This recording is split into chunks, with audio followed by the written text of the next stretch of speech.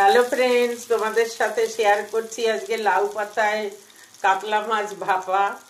এই দেখো একটা বসিয়ে দিয়েছি, লাউ পাতাটা ধুয়ে জল ঝরিয়ে নিয়েছি, আর মাছ অল্প নুন দিয়ে হলুদ দিয়ে মেখে রেখে দিয়েছিলাম। তারপর সর্ষে, পোস্ত, কাঁচা লঙ্কা, 2 কোয়া রসুন পিষে নিয়ে মাছে মাখিয়ে আর পাতায়ও কিছুটা দিয়ে দিয়েছি, কাঁচা তেল, নুন, মিষ্টি দিয়ে এই যে র্যাপার করে একটা ভাজা বসিয়েছি। আর একটা এই যে দেখাচ্ছি তোমাদেরকে, এটা রেডি হয়ে আসছে, এটাও দিয়ে দেব। তোমরাও করে খাবে।